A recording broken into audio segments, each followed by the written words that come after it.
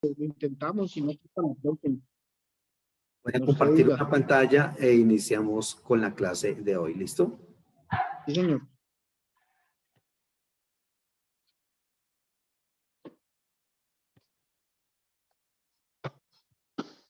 Muy bien. Habíamos estado dialogando en las clases anteriores acerca de los conceptos de revelación e inspiración, ¿correcto?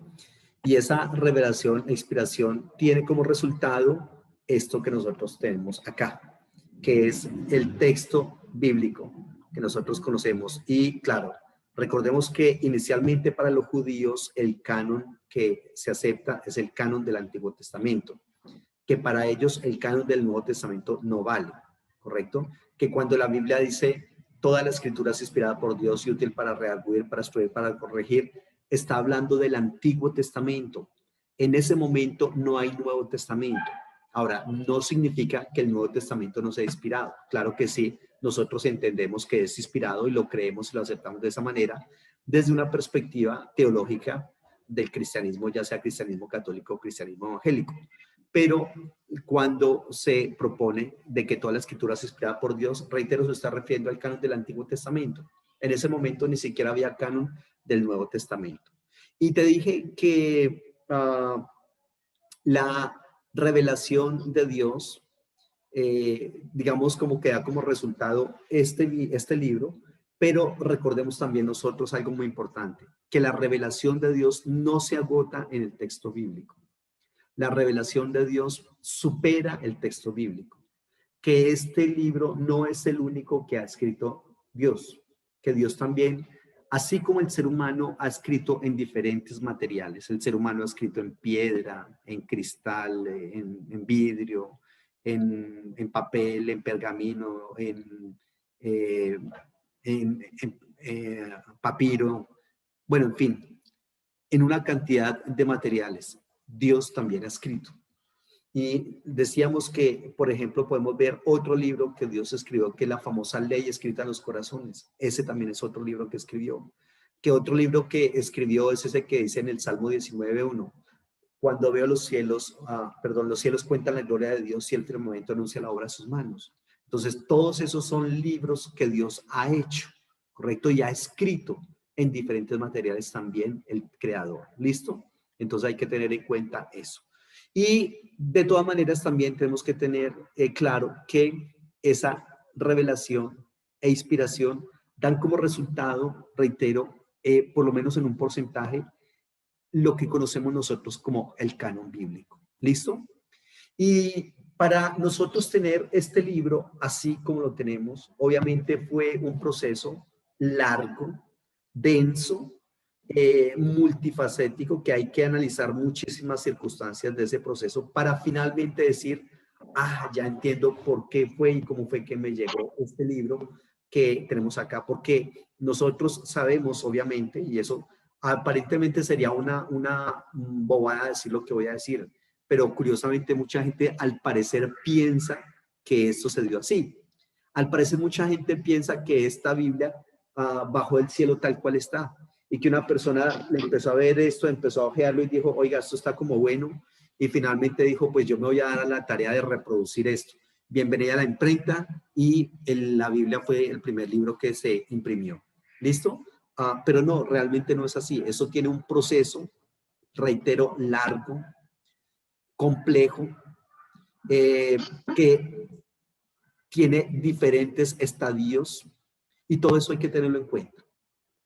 Yo he tomado más o menos unos 6 estadios que hay que tener en cuenta para cuando vamos a hablar del canon bíblico. Por ejemplo, en un primer momento se debe hablar del evento como tal. Es decir, para que algo esté escrito acá, nosotros sabemos que obviamente eso obedece a algo que tuvo lugar por allá. ¿Cuándo? No sé. No se sabe en qué momento tuvieron lugar ciertos hechos. Hay otros que sí son un poco más digamos, más fáciles de fechar. Pero, por ejemplo, aspectos como los primeros 11 capítulos de Génesis, la creación, la caída, el diluvio, la Torre de Babel, etcétera, etcétera. ¿Cuántos miles de años atrás? No sabemos. No sabemos, y no podemos arriesgarnos, o yo no me atrevo a arriesgarme a fechar esos eventos. Los judíos sí lo hacen, los judíos ultraortodoxos, 5781. Esa es como la época o la edad que tiene la creación de la tierra, y de ahí hacia acá todo eso, 5871, pero muy válido y respetable. No creo en eso. Entonces, un primer estadio. Sí.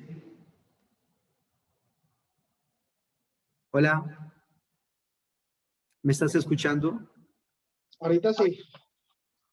Un primer estadio en la conformación del canon es el evento como tal. Ojo, no significa que el evento, como está escrito en el texto bíblico, tuvo lugar así. Muy seguramente no. Cuando nosotros, por ejemplo, vemos, digamos, Génesis capítulo 1, Génesis capítulo 4, el famoso primer fratricidio de la historia, Caín mata a Abel. Fíjense que ahí hay una cantidad de elementos que pertenecen todos a diferentes épocas. Y cuando uno fusiona todos esos elementos, tiene que terminar diciendo, y esto que voy a decir suena fuerte, pero tengo que decirlo. No, realmente el episodio de Caín y Abel en Génesis 4 no sucedió exactamente como nos lo cuenta el texto bíblico. No, sino que ahí está el mito, ahí está reflejado algunos eventos arqueológicos, ¿correcto? Ahí está la pronunciación de los dioses, en este caso el Dios de Israel. Y todo eso se fusiona de una manera bastante interesante para dar a conocer una enseñanza que es una enseñanza histosófica. Ojo con esta palabra, enseñanza histosófica. ¿Qué es eso de histosofía? Pues sencillamente es una narrativa que lo que pretende es darnos a conocer una historia, pero con el ánimo de que nosotros a partir de esa historia saquemos ciertas lecciones de vida, cierta sabiduría. Por eso lo de histosófica, sofo, sabiduría. Que nosotros entendamos qué es lo que Dios quiere, porque Dios se pronunció en ese evento. ¿Y se pronunció a favor de qué? ¿Se pronunció en contra de qué? Todo eso entonces hace que sea un relato para que nosotros saquemos muchas enseñanzas, que digamos, ¿cómo puedo actuar? ¿Cómo debo actuar en ese evento? Si se me llegase a presentar algo así, ¿qué hago? ¿Qué dijo Dios? ¿Con qué estuve de acuerdo y con qué no?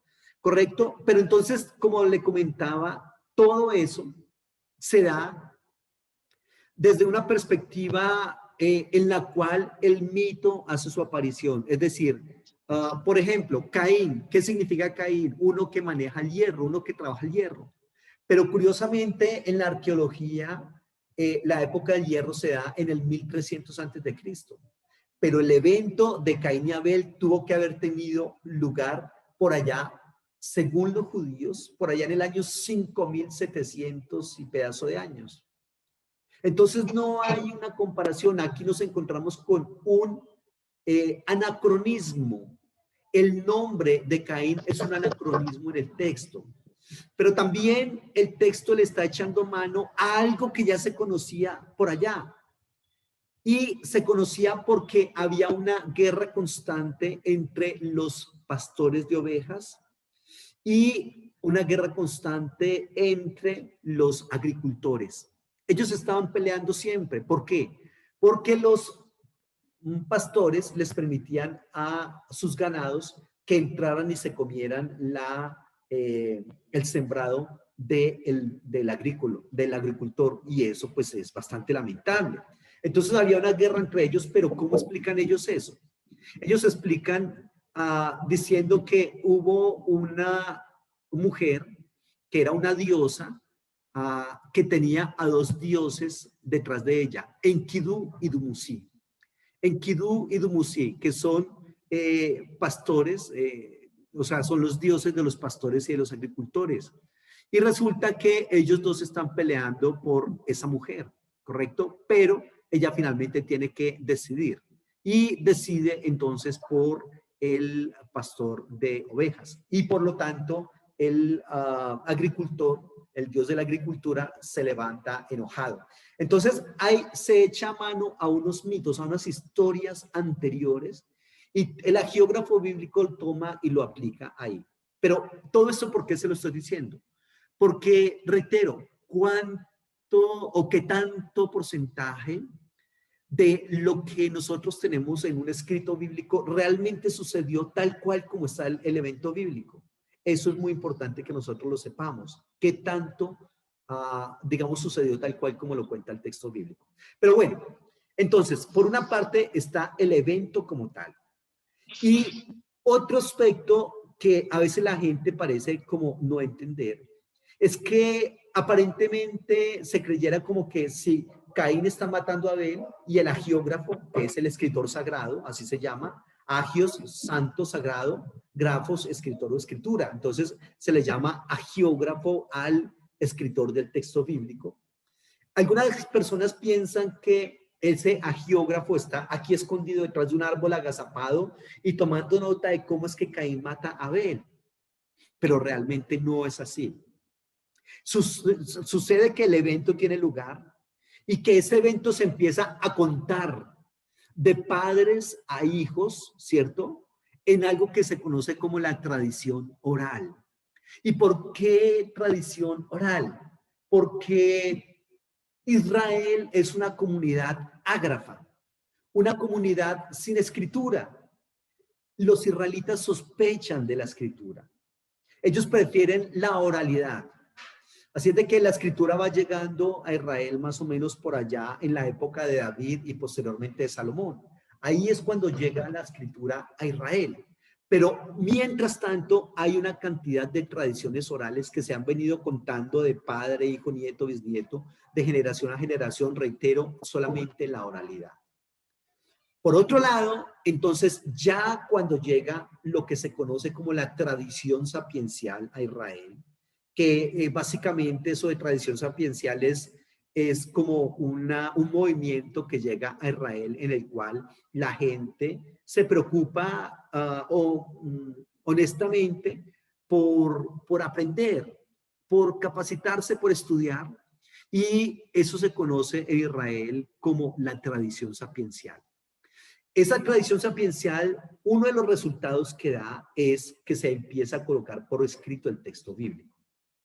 Claro, mire la época en la que le digo, reinado de David y posteriormente de Salomón. Pero Profe, entonces, este también, por lo menos el de que Dios creó el hombre y la hembra, y después habla de que de la costilla de Adán sale Eva. O sea que Eva y el hombre, digamos Adán, es solamente un ejemplo de una pareja, o hay también el mito de que la primera hembra fue una que no se quiso sujetar a Adán como tal, o todo eso también es fantasía, o ¿por qué se ve ese caso ahí? bueno, hay ahí entonces varias cosas que has mencionado, todas muy importantes. Mencionaste en un primer momento que por qué en un pasaje se habla, precisamente en Génesis 2, de que primero Dios crea al hombre, al macho y Y luego a la la mujer hembra. de su costilla. Pero cuando nosotros revisamos Génesis 1 y Génesis 2, nos vamos a dar cuenta que hay unas diferencias irreconciliables en esos dos capítulos y que por lo tanto no se pueden tomar de manera literal. Porque si se toman de manera literal, finalmente tendríamos que desechar uno. Y bueno, entonces, ¿cuál desechamos? Si ambos son Biblia, desechamos Génesis 1 y Génesis 2. Porque en Génesis 1 hay una cosmogonía acuática, es decir, todo inicia en el agua. Génesis 2 Sí. tiene una cosmogonía terrestre, todo inicia en la tierra. Génesis 1 da una creación a partir de la palabra del Señor, el verbo bará, ¿correcto? Crear, que es una creación sin necesidad de tener una materia prima persistente.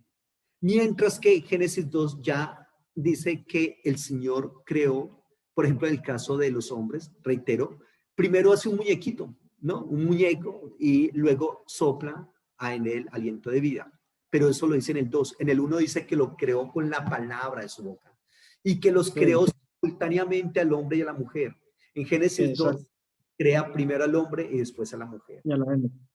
En Génesis 1, lo último que crea es al ser humano en el sexto día. En Génesis 2, lo primero que crea es al ser humano. Luego el resto de la creación. ¿Correcto? En Génesis 1, el por qué la creación dice enseñorear, sojuzgar, llenar la tierra, a ejercer potestad, etcétera, etcétera. Mientras que Génesis 2 dice, no, Señor, no es por ahí. Es para labrar y cuidar. Entonces vemos una cantidad importante de datos que son irreconciliables, reitero, si eso se toma de manera literal, Literal. todo lo que está ahí. Entonces, no podemos tomar de manera literal. En cuanto a lo que planteabas de la mujer que fue la primera esposa, es la famosa Lilith. Esa se Sí, menciona una vez en la Biblia, en el libro de Isaías, pero infortunadamente la traducción no le hace tanta justicia, porque la traducción es la lechuza, que es algo totalmente diferente. En el mito que está operando ahí, Lilith, como efectivamente dijiste, es la primera esposa de Adán, pero resulta que ella no quiere dejarse someter. Y Adán, según cuenta la historia, la somete, sobre todo sexualmente, con la posición del misionero y él siempre estando sobre ella. Ella dice, un momento, no, yo no quiero eso, yo también quiero estar arriba. Pero entonces Adán le dice, pero ¿cómo se le ocurre? Si es que yo soy el hombre y yo tengo que estar ahí. Resulta que no llegaron a ningún acuerdo y entonces ella dijo, no, yo no quiero nada más con usted. Pero resulta que cuando ella se revela y sale del paraíso, entonces se convierte en un demonio que va sí, al desierto y que desde el desierto sale y pelea, asusta a hombres, se lleva los niños porque está celosa de las familias, porque ella no pudo tener una familia.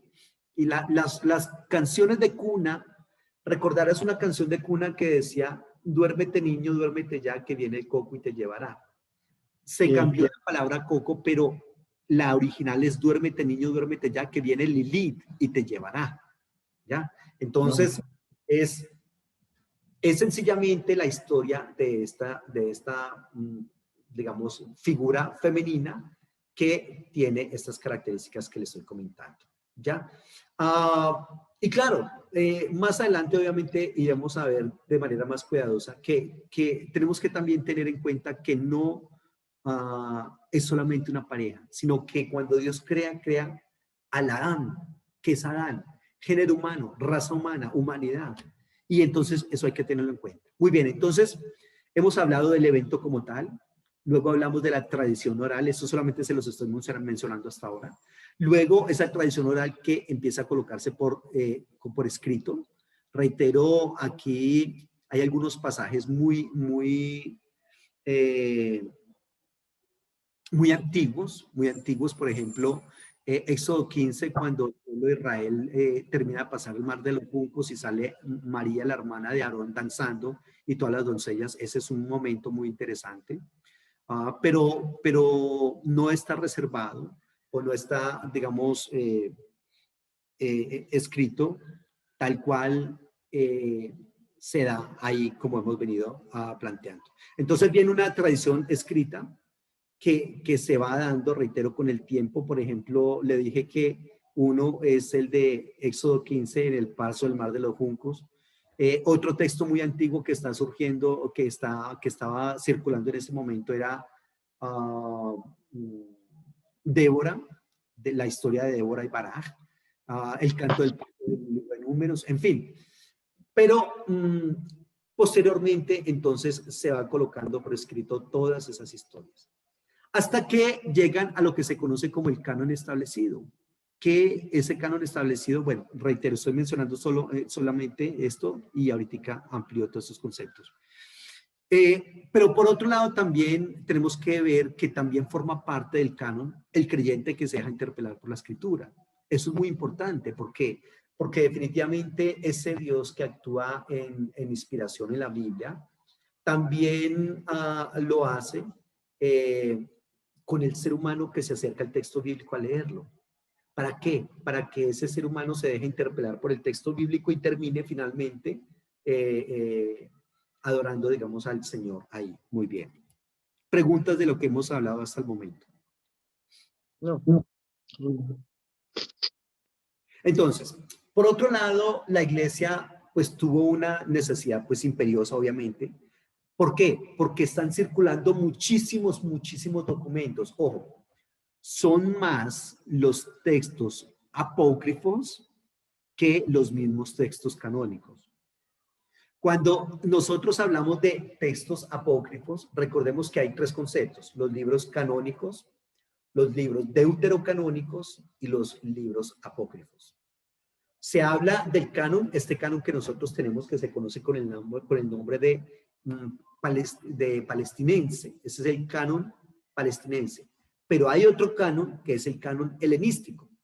El canon helenístico es el que tiene unos libros más, que nosotros los llamamos a esos libros los deuterocanónicos.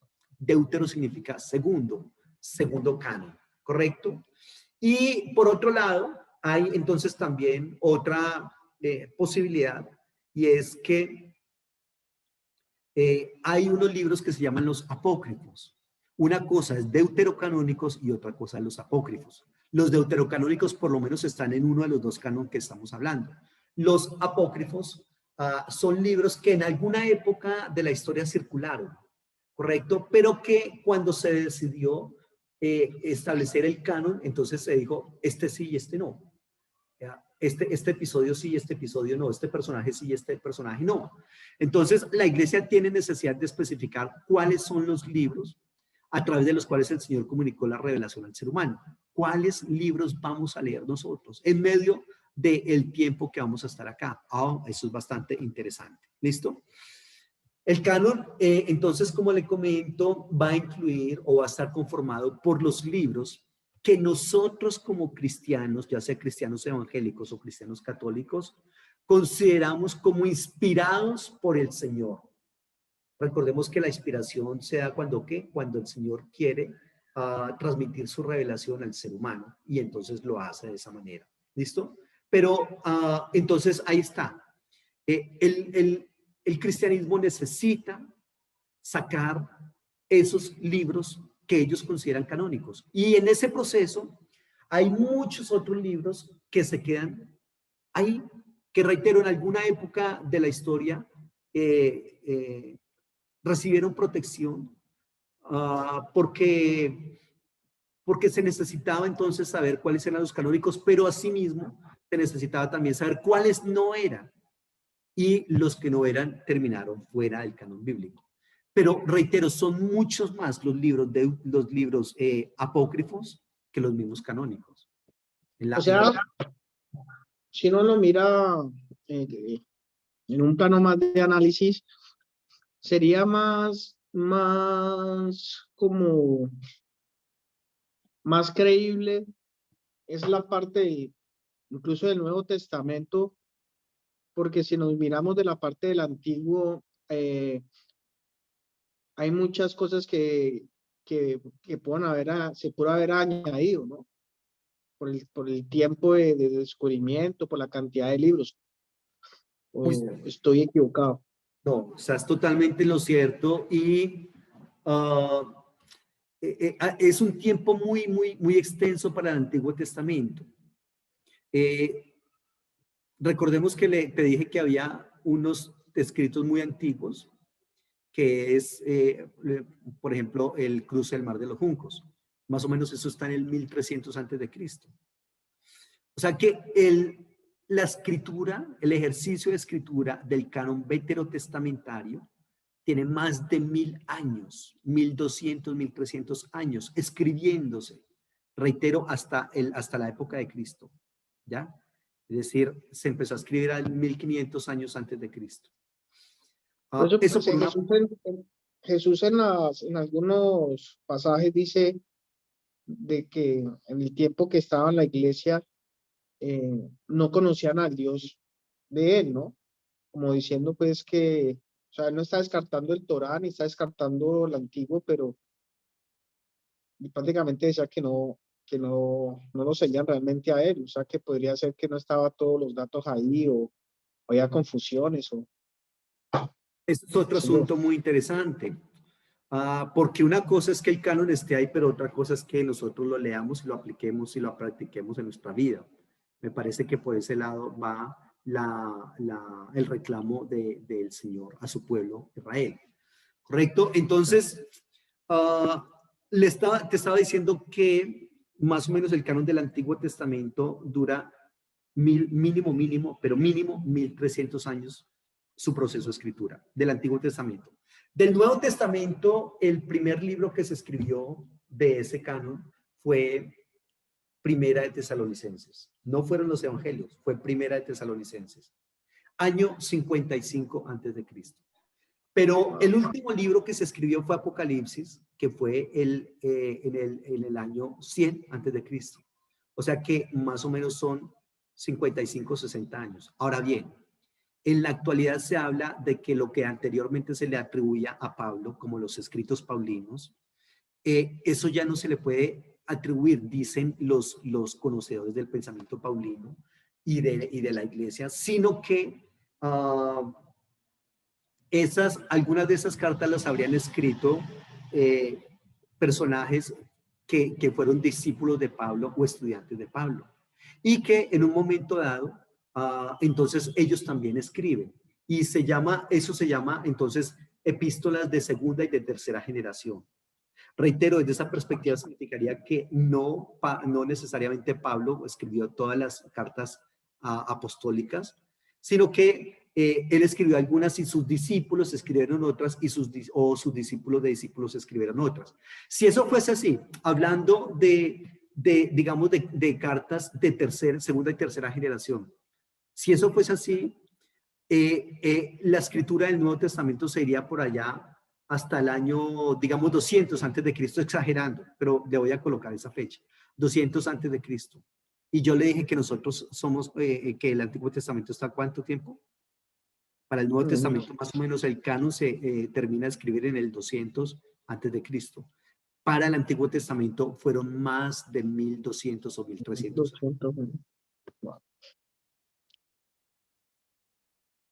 años. Preguntas. ¿No? Permíteme un momentico, por favor, Carlos, que necesito. Sí.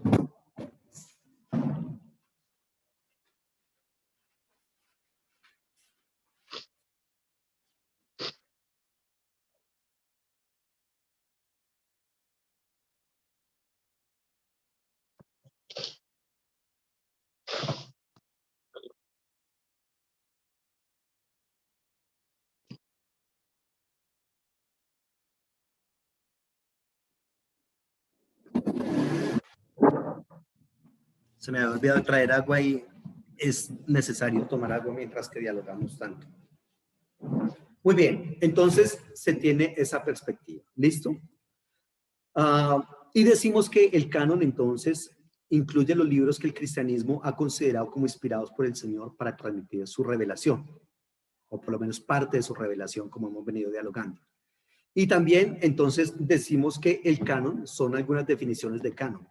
Canon es la presentación de la revelación del Señor de forma escrita. ¿Qué es canon? ¿Qué es el canon? Es sencillamente la presentación de la revelación del Señor de forma escrita. Eso podríamos definir como canon. Y resulta que el canon como tal tiene un objetivo triple. ¿Cuál es ese objetivo? Un primer aspecto de ese objetivo es que define y conserva la revelación. Ojo, con esto que es muy importante, aunque no es tan cierto. Es decir, en esto el canon ha fracasado. Porque define y conserva la revelación para que no se confunda con las reflexiones posteriores en torno a ella. Es decir, una cosa es lo que está acá y otra cosa muy diferente es lo que yo creo que dice. Es decir, la interpretación que yo estoy haciendo de ese texto. Son dos cosas muy diferentes. El canon pretende salvaguardar lo que es la revelación de Dios y de diferenciarla de las reflexiones que se hacen de esa revelación de Dios. Pero te decía que en eso ha fracasado el canon. ¿En qué sentido? ¿O por qué? Porque infortunadamente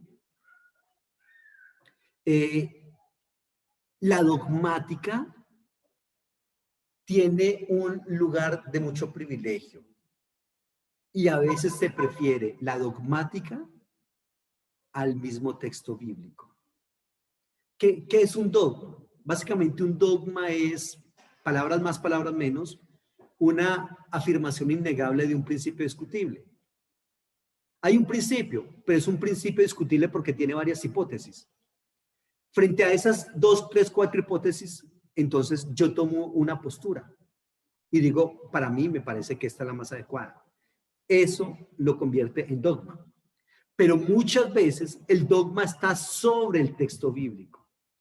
¿En qué sentido? Que se va al texto bíblico y hacemos muchas veces hablar al texto bíblico de cosas que no, el texto bíblico realmente no dice, sino que son reflexiones que se hacen, digamos, a posteriori. ¿Listo? Entonces, el primer aspecto de ese objetivo es que define y conserva la revelación de Dios para que no se confunda con las reflexiones posteriores en torno a ella. Ese es un primer aspecto. Un segundo aspecto es que impida que la revelación escrita sufra cambios o alteraciones. También fracasó en esto el canon. O sea, que son 3 aspectos que se le atribuyen al canon, pero que fracasó en todos. Impide que la revelación escrita sufra cambios o alteraciones. Recordemos que en la Biblia nosotros tenemos más o menos entre 8.000 o 10.000 manuscritos que confirman que el texto bíblico es real, es veraz. ¿Listo? Pero aquí tenemos también un problema. Ojo, de los 1.189 capítulos que tiene el canon palestinense, es decir, el canon corto que manejamos nosotros, el cristianismo evangélico, no hay un solo capítulo que esté exactamente igual en esos 1.189, en esos 8.000 o 10.000 manuscritos. No hay un solo capítulo que esté exactamente igual. Ni tampoco hay un solo versículo que esté exactamente igual en eso. Entonces, en este aspecto también el canon fracasó en el sentido de que impide, reitero, que la revelación escrita sufra cambios o alteraciones, porque la Biblia tiene muchas adiciones, muchas alteraciones, muchas correcciones de textos y todo ese asunto, y eso lo tenemos que tener claro. Entonces, no es como tan interesante el cumplimiento de este aspecto. Otro propósito es que brinda la oportunidad de estudiar la revelación y vivir de acuerdo con sus principios y estipulaciones. Sí, eso está bien, porque nosotros, ¿de dónde conocemos la revelación de Dios al ser humano, o por lo menos parte de esa revelación de Dios al ser humano? ¿De dónde la conocemos? De acá, de acá. Entonces, nos brinda precisamente la oportunidad de estudiar la revelación de Dios hacia el ser humano. ¿Preguntas? No. Todo bien.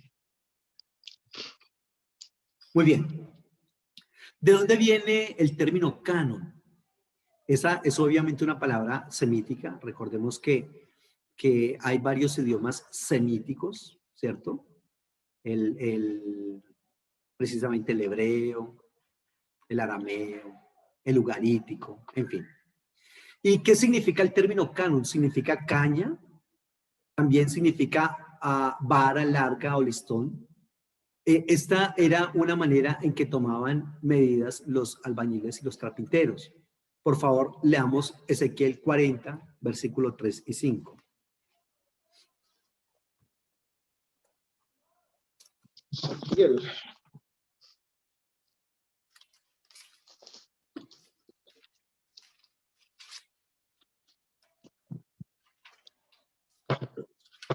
Me llevó allí y he aquí un varón cuyo aspecto era como aspecto de bronce y tenía un cordel de lino en su mano y una caña de medir, y él estaba a la puerta.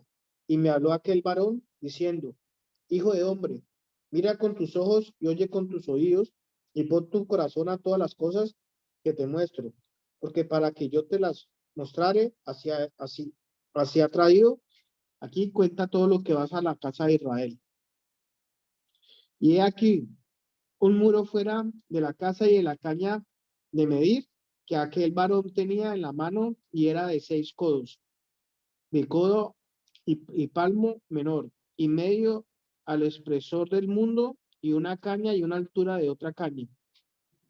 Muy bien, aquí está hablando entonces de caña, en el hebreo es cané. Y eran unos instrumentos que utilizaban los albañiles y carpinteros para tomar medidas, ¿ya? Entonces, esa regla para tomar medidas, posteriormente se empezó, digamos, como a alegorizar. Y entonces, el canon, lo que se pretende al llamarse canon, es que es como la medida. El canon lo que hace es medir, pesar, analizar los libros que se creía que habían sido eh, eh, eh, inspirados por Dios.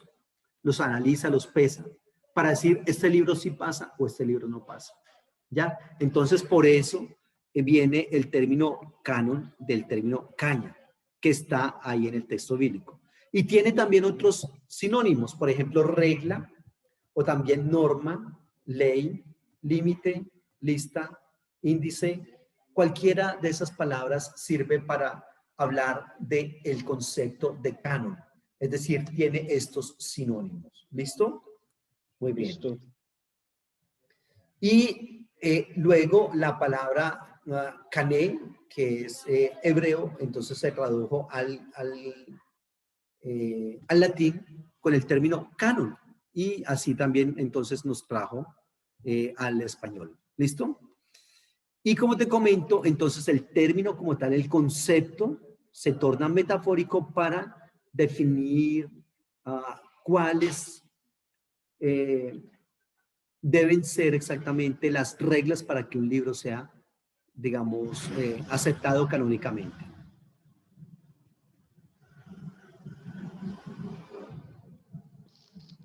La Iglesia Católica sigue teniendo la potestad de seguir evaluando cuál libro sí, cuál libro no. No, ya no. La verdad es que eso ya se cerró. Hay una discusión interesante de quién tiene más autoridad, la iglesia o el canon. Esa es una discusión fuerte en teología y se sigue teniendo. Cada persona también tiene que tener, digamos, como esa discusión para su propia vida. Entonces, por una parte se dice, bueno, pero es que, a ver un momento, resulta que quién fue el que dijo o la que dijo qué libros pertenecían y qué libros no pertenecían al canon bíblico, a la iglesia. Sobre todo en el Nuevo Testamento, la iglesia católica. En ese momento no hay iglesia evangélica, es la iglesia católica, ¿correcto?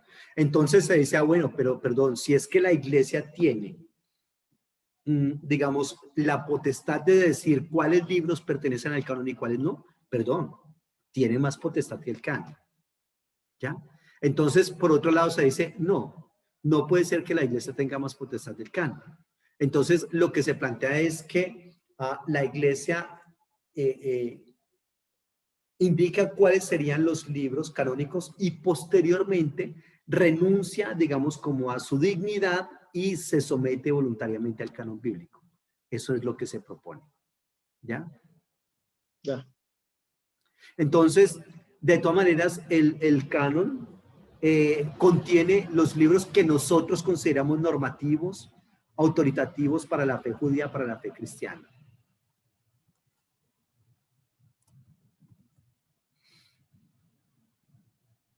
Ahora, aquí hay algo muy importante porque ese proceso del cual yo te hablaba ahorita fue para el canon del Nuevo Testamento.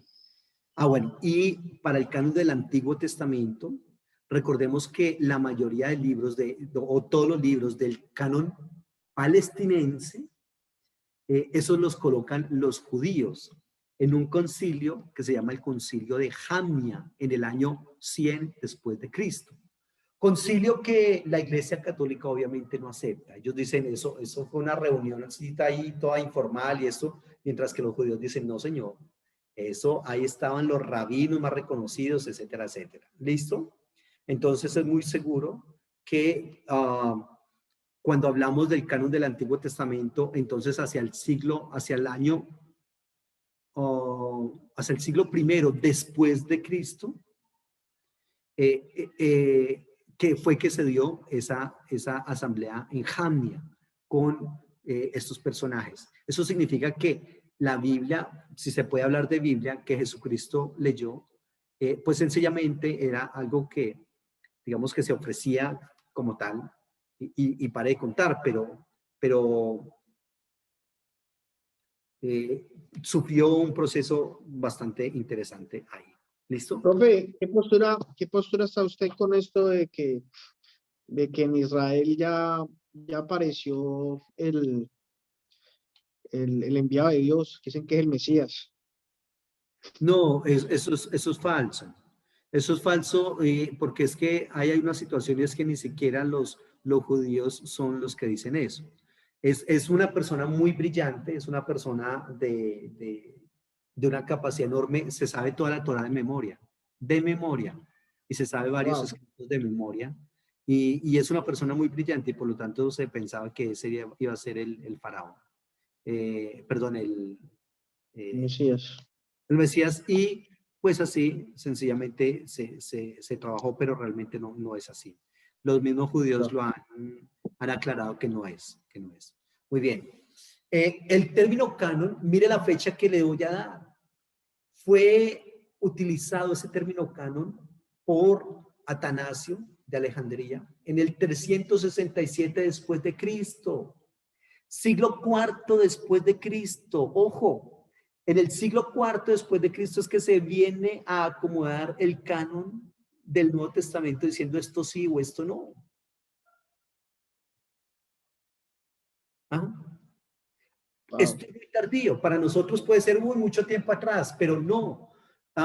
Realmente no es tanto tiempo atrás. Estamos en el siglo IV después de Cristo, siendo que Cristo, mire cuándo vino. En el año 1 fue su nacimiento. Perdón, en el año, no 1 literalmente, pero sí por ahí en el año 6 o 4 antes de Cristo. Entonces, el canon del Antiguo Testamento, el canon palestinense, que es el canon corto, los del Concilio de Jamnia se reúnen y dicen, son estos libros. Y el canon largo, el canon extenso, se llama el canon palestinense, el canon helenístico. Ese canon helenístico, reitero, incluye los famosos deuterocanónicos. Vamos a leer lo que nosotros hemos considerado que deben ser los libros canónicos, dicen ellos, e incluyen en el canon helenístico a Tobías, Baruch, 1 y 2 de Macabeos, en fin, todo ese aspecto. ¿Listo? Muy bien. Hablemos entonces un poquitico de la formación del Antiguo Testamento. Y le estaba describiendo al principio de la clase que tiene varios estadios. Por ejemplo, un primer estadio son las palabras pronunciadas con autoridad, que es reitero, la tradición oral, ¿no? Tradición oral. Luego, esa tradición oral se coloca por escrito con documentos autoritativos y luego hay una colección de escritos autoritativos. ¿Listo? Entonces, se va trabajando así. El evento como tal, luego palabras que pronuncian con autoridad en la tradición oral. En tercer lugar, documentos que se van colocando por escrito. En cuarto lugar, colecciones de estos escritos. Y en quinto lugar, los escritos como tal, como números en la Biblia. ¿Listo? Y finalmente está el canon establecido. ¿Preguntas? No, bien, profe.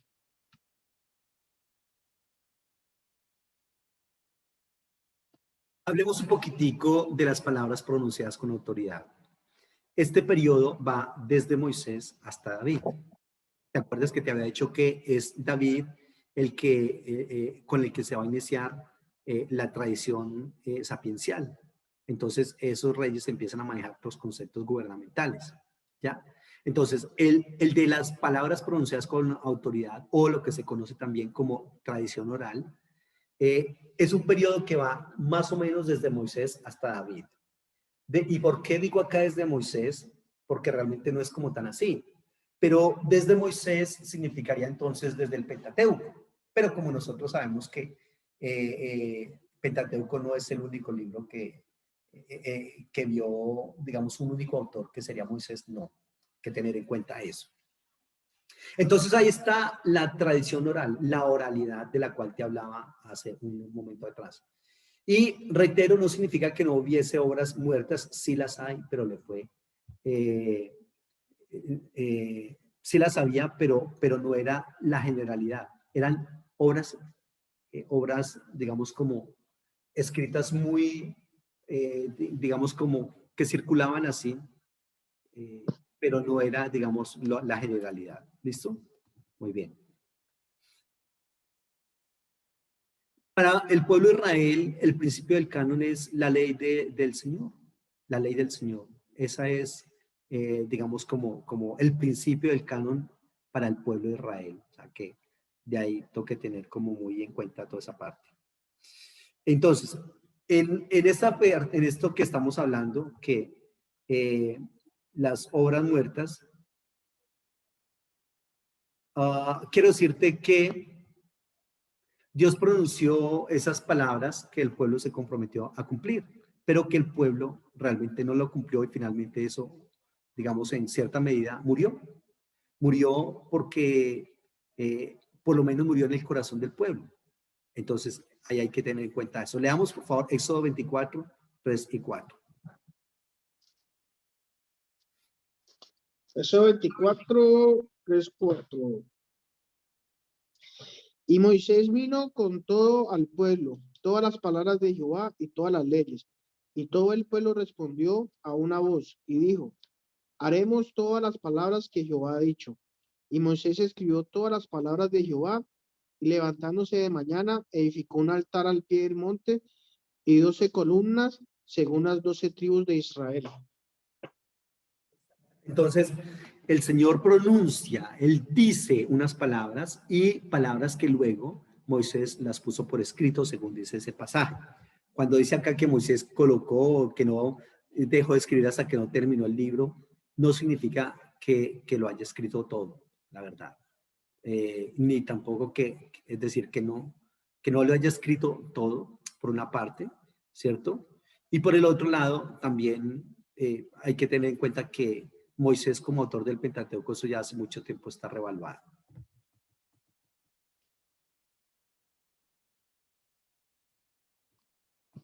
¿Cuáles son esos pequeños fragmentos que les estoy mencionando? Por ejemplo, el canto de María en Éxodo 15, del 1 al 21. Si quieren, bueno, está muy largo para leerlo, pero ese es uno. El canto de María. Eso es, reitero, cuando el pueblo de Israel sale de Egipto, ella sale a danzar junto con unas amigas, ¿no? Muy bien. Ese es uno de los textos más antiguos que tenemos del texto bíblico. Otro es el canto del pozo. Leamos, por favor, números 21, 17 y 18.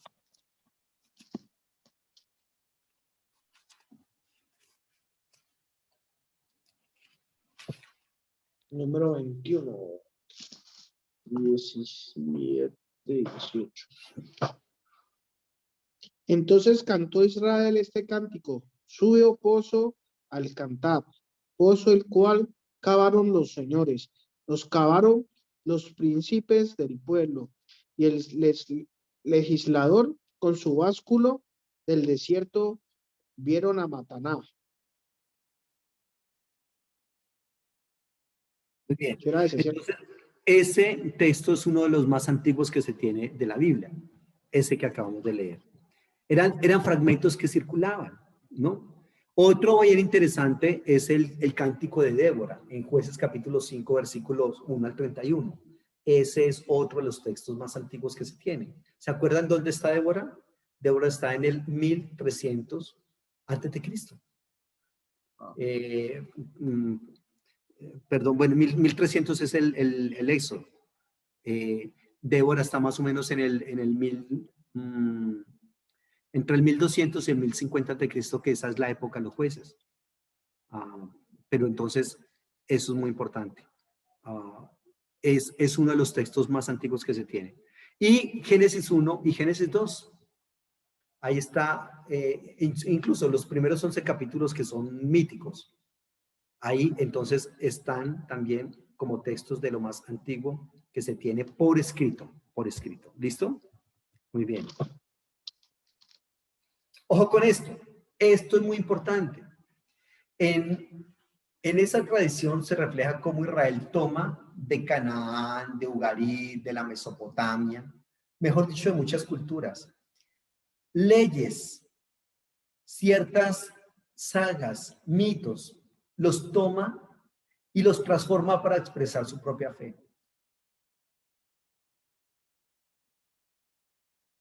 ¿Listo? Entonces, aquí tenemos que tener en cuenta que a veces la gente piensa que no matar, que el pueblo de Israel no sabía que era no matar hasta que en Éxodo 20, del 1 al 17, dice, no, no mates. No, eso ya se sabía, esas leyes ya existían hace mucho tiempo.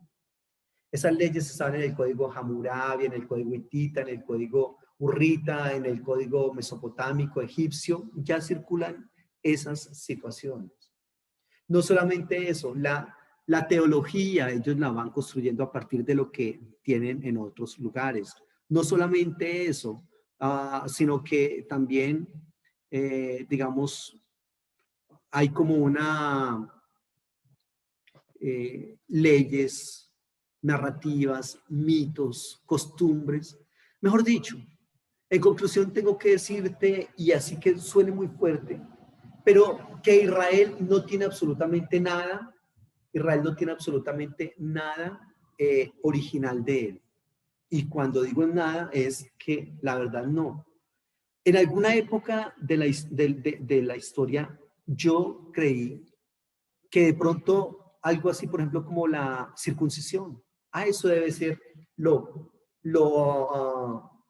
antiguo de este personaje, es decir, lo original de Israel, pero no. Circuncisión se hace en los seres humanos desde hace muchísimo tiempo atrás. Y ahí está. Entonces es bastante curioso ese aspecto. Israel toma mucho esas leyendas y las transforma para expresar su propia fe. ¿Listo?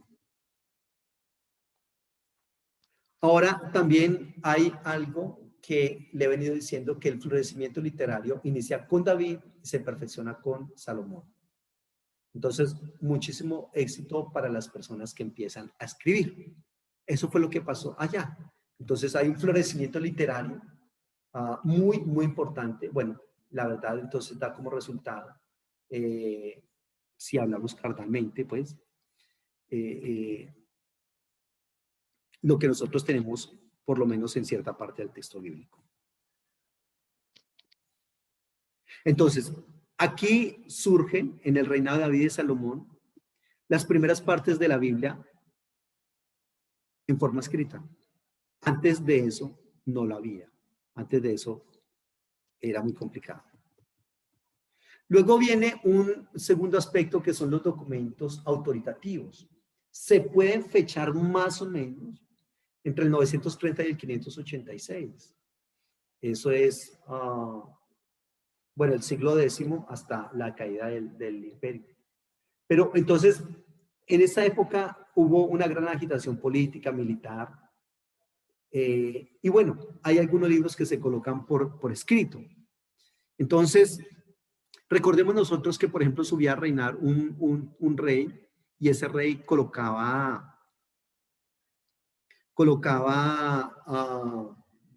tenía que tener como un escribano, como un historiador que colocara por escrito todo lo que estaba haciendo. Y eso se trabajó bastante fuerte para decir que algunos libros son canónicos. Echarles manos como libros canónicos, porque es que lo que dice ahí me interesa, comulgo con eso, estoy de acuerdo con eso. Entonces es muy complicado este aspecto. Esos son los documentos autoritativos, están los libros de Amós, de Oseas, de Miqueas, del Proto-Isaías. Y luego, más adelante, en la segunda mitad del siglo XVIII, está Jeremías, está Sofonías, Habacuc, Nahum, ¿Qué nos dice Deuteronomio 31, 24 al 27?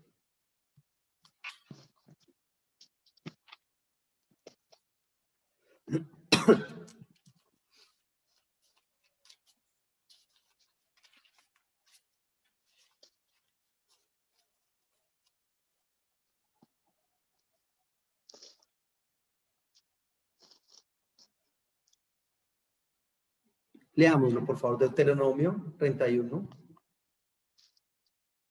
31, 24, 26.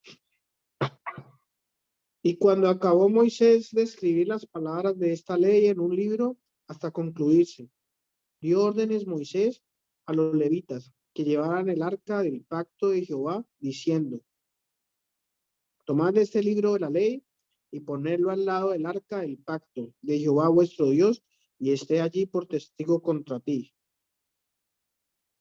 Muy bien. Entonces, ahí está. Eso que se escribe ahí termina también siendo parte de lo que nosotros conocemos como Biblia. Obviamente no era todo. Y cuando acabó Moisés de escribir las palabras de esta ley en un libro hasta concluirse, cuidado. Entonces, por textos como estos es que se dice, no, es que sí, definitivamente Moisés escribió el Pentateuco. Es que mire, ¿qué más si el texto lo dice mismo? Sí, pero cuando se habla de un libro hasta concluirse, no significa que sea este libro ni el Pentateuco solamente, sino que fue una parte, ese libro que se escribió fue el que se concluyó. Pero cuando se dice que ese libro se concluyó, no está diciendo que la Biblia se concluyó. Aquí hay algo que interesante que trabajar, ¿cierto? Entonces, Dios dio órdenes Moisés a los levitas que se llevaban el arca del pacto, etcétera, tomar este libro de la ley y ponerlo en el arca del pacto del Señor nuestro Dios y esté allí por testigo contra ti.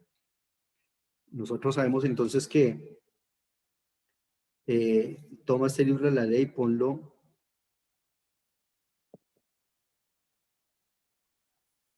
dio órdenes Moisés a los levitas que llevaban el arca del pacto del Señor, diciendo, toma este libro de la ley y ponlo al lado del arca del pacto del Señor vuestro Dios y esté allí por testigo contra ti. Muy bien. Entonces, por otro lado, hubo en el 621, en el reinado de Josías, hubo un redescubrimiento del libro de la ley. Entonces se descubrió algo. Y ese algo se leyó al rey, se colocó por escrito, bastante interesante.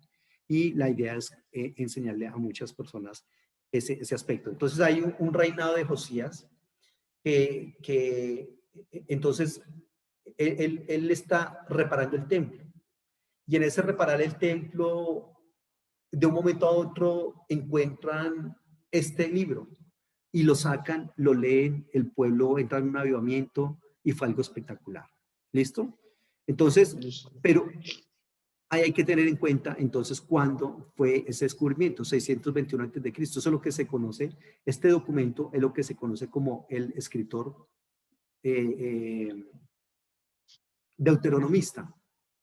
Hay uno de los documentos que llama el escritor deuteronomista que estaría formando parte en ese aspecto.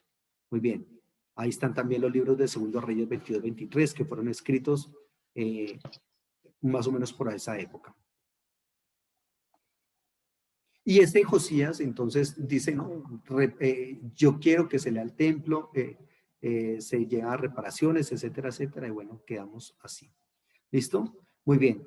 Luego, esos escritos que se habían colocado, ¿sí? Vienen a formar colecciones más grandes de escritos. Anteriormente eran solamente los escritos, ahora son colecciones de escritos. Y esas colecciones de escritos se les da un impulso muy, muy fuerte en el 586 y el 538. ¿Qué está pasando en esa fecha? Esa fecha es aquella en la cual Israel está en el exilio en Babilonia. Ellos están allá, 586 al 538. Y allá, en ese momento, es que se coloca por escrito gran parte del material. En el exilio y posexilio es que se coloca por escrito gran parte del material que nosotros tenemos en este momento como Biblia. El Talmud. Hay una tradición oral del Talmud. El Talmud se coloca por escrito mucho más tarde, pero obedece a una tradición oral, ¿cierto? que crece muchísimo allá en el exilio en Babilonia. ¿Listo? Muy bien, ahí están los profetas, en este momento están los profetas Ezequiel, el Deutero Isaías, en fin. Y este deuterocanónico, colecciones de escritos autoritativos, deuteronomista, también incluye los libros de Josué, Jueces, 1 y 2 de Samuel y 1 y 2 de Reyes.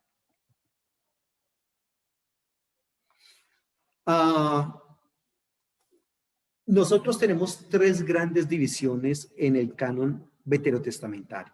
Tres grandes divisiones. Ojo con esto. La Torá, los Nevi'im, que son los profetas, y los Ketuvim, que son los escritos. Eso es algo muy importante. ¿Ya? Torá, profetas y escritos. Muy seguramente algunos van a decir, no, pues eso depende de las etapas de formación del canon. Otros van a decir, no, eso es conveniencia. Otros van a decir, no, yo sí, por favor, quiero como tener en cuenta esa organización ahí. Recordemos, tres grandes divisiones del texto bíblico. La primera es que la Torá, que es lo que nosotros conocemos como el Pentateuco. La segunda, los Neví, que son los profetas. Y la tercera, los escritos. Todo eso forma una sigla que se conoce con el nombre de Tanaj. Tanaj. ¿Listo? Mire, Listo. así como está escrito ahí, el Tanaj. Es Tanaj las tres grandes divisiones de la Biblia hebrea para los judíos. La Torá, la T representa Torá. La N representa los Nevi'im, los profetas. Tanaj y la Kaf, los escritos. Muy bien. Ajá. Entonces, estos personajes que habían estado en el exilio en Babilonia regresan a Israel y reconstruyen la ciudad, el templo, etcétera, y se coloca por escrito. La inmensa mayoría de libros del Antiguo Testamento se terminan, ojo, se terminan de escribir en el exilio en Babilonia. Es decir, esto que nosotros conocemos como Biblia tiene diferentes estadios reaccionales. Por ejemplo, se escribe un poquito de Génesis y se guarda, se coloca ahí. Alguien con el correr del tiempo vuelve y saca otra de Génesis y vuelve y le escriben otras cosas. Y así sucesivamente a 3, 4, 5, 6, 7 veces. ¿Ya? Entonces, eso es básicamente, así es como actúa y como se escribe el texto bíblico. Ojo, ningún libro de la Biblia se escribió de una sola sentada. Por ejemplo, el libro que ni siquiera se le puede llamar libro porque no es así. El texto de Abdías es un solo capítulo, 21 versículos, pero Abdías tiene huella de haber sido escrito por 3 personas diferentes. Eso es en un solo capítulo. ¿Cómo será en libros que son más grandes? O sea, la gente tiene que... ¿Cómo? O sea que sí, la Biblia sí es inspirada en el Señor, pero igual también es mucha mezcla también de la cultura, de sus pensamientos, de su forma de tener Excelente. una sociedad. Búscame, por favor, si tienes la posibilidad de buscarme ahí una palabra que te voy a dictar en Google. Teándrico. Teándrico. Teándrico, sin H y sin nada. ¿Qué será el término teándrico? Teándrico, ¿cierto? Sí, teándrico. Ándrico.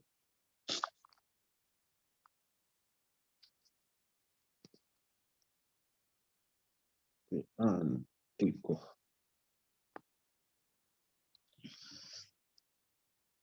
Es una palabra que se emplea a base para indicar lo que es un tiempo humano y divino. Igualmente, se ha llamado en operaciones teándrica la que pertenece al hombre y a Dios. Y esta terminología envuelve con frecuencia el equívoco por cuya razón no ha logrado fortuna en la ciencia contemporánea.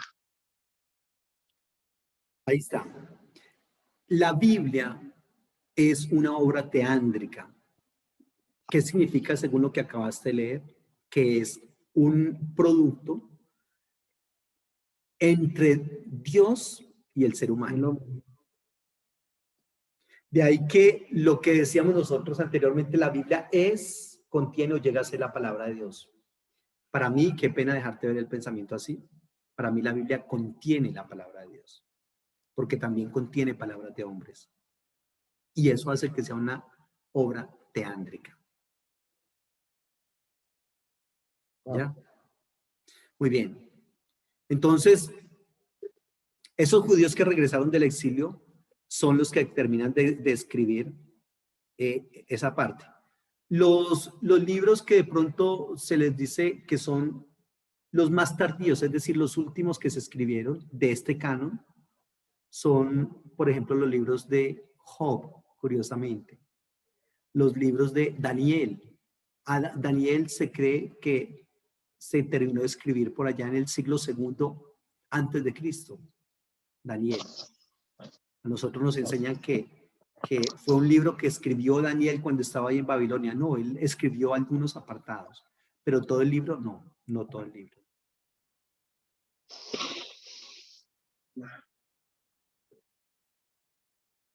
Hay otras obras de este periodo, son por ejemplo Job, Jonás, Ruth, Cantar de los Cantares. Esto es lo que se conoce como los Megilot, que más adelante vamos a hablar de ellos.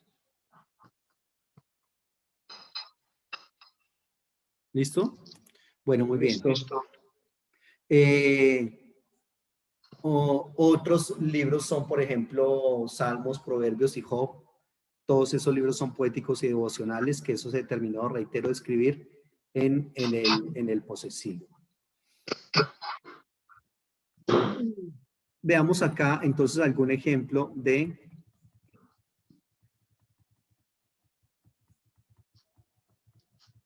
acá. Mire este cuadro que le presento de los diferentes tipos de canon. Aquí está entonces la Biblia hebrea. Ojo, mire lo que digo acá, 24 libros, pero ya le voy a decir por qué. Son los mismos 39 de nosotros, son los mismos 39, pero ellos llaman 24 porque ellos tienen, algunos son unidos. Ya, por ejemplo, lo que nosotros llamamos los 12 profetas menores, que es una designación muy maluca, pero 12 profetas menores. Sí, los 12 profetas menores para los judíos están en un solo libro, en un solo rollo. Entonces ellos cuentan eso como uno solo. Pero reitero, los 24 libros de la Biblia hebraica, son exactamente los mismos 39 libros que nosotros tenemos. Y el canon helenístico tiene 46 libros, ¿ya? Porque tiene algunos adiciones de los libros que nosotros conocemos como deuterocanónicos. Entonces, fíjese que si comparamos los tres canon, lo que se conoce como Torá para los judíos o Pentateuco para nosotros, ahí está. Génesis, Éxodo, Levítico, Números, Deuteronomio. Igual acá, igual también acá, Génesis, Éxodo, Levítico, Números, Deuteronomio. Muy bien.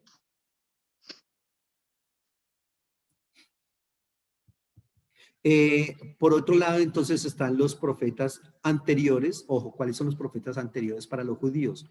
Los libros de Josué, Jueces 1 y 2 de Samuel y 1 y 2 de Reyes. Esos libros también se conocen como el nombre de la obra deuteronomista. Más adelante vamos a hablar de eso. Pero esos libros se conocen como la obra deuteronomista. ¿Listo? Los profetas anteriores. Y aquí ya para nosotros en nuestro canon hay una pequeña modificación. Ahí está Jueces, Josué, Jueces 1 y 2 de Ruth, 1 y 2 de Samuel, 1 y 2 de Reyes, Crónicas, Esdras, Nehemías. Entonces hay un pequeño cambio allá. Y también los libros de historia del canon helenístico. Josué, Jueces, Ruth,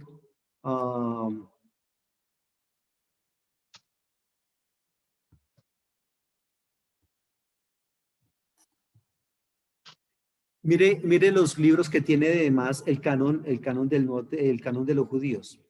Está, por ejemplo, Tobías. Esos libros no están en el Antiguo Testamento de nosotros. Sabiduría, Eclesiástico. Y luego aquí hay algo bien importante. En el canon hebreo hay unos que se llaman los Megilot. Los Megilot son los libros de Cantares, Ruth, Lamentaciones, Eclesiastés, Esther.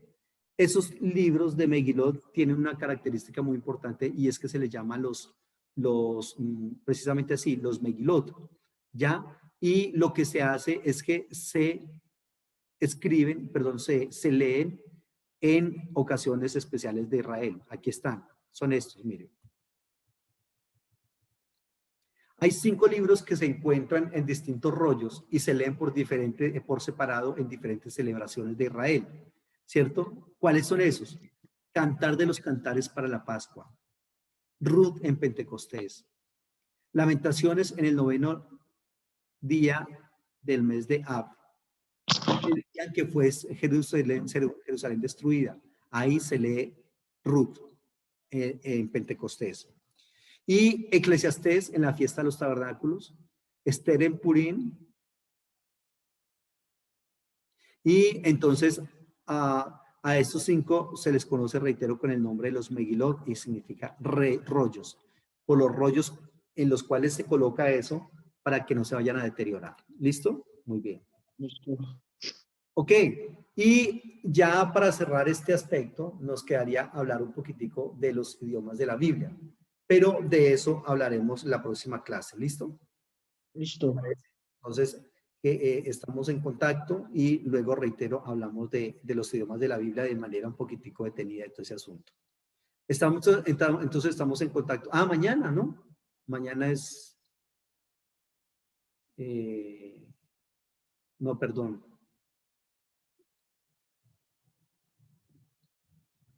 ¿El lunes para mí? No, nosotros estamos viendo... Ah, lo que pasa es que la de ayer la pasamos para hoy, ¿no? Sí. Sí, es mañana. Mañana trabajamos, entonces. Sí, señor.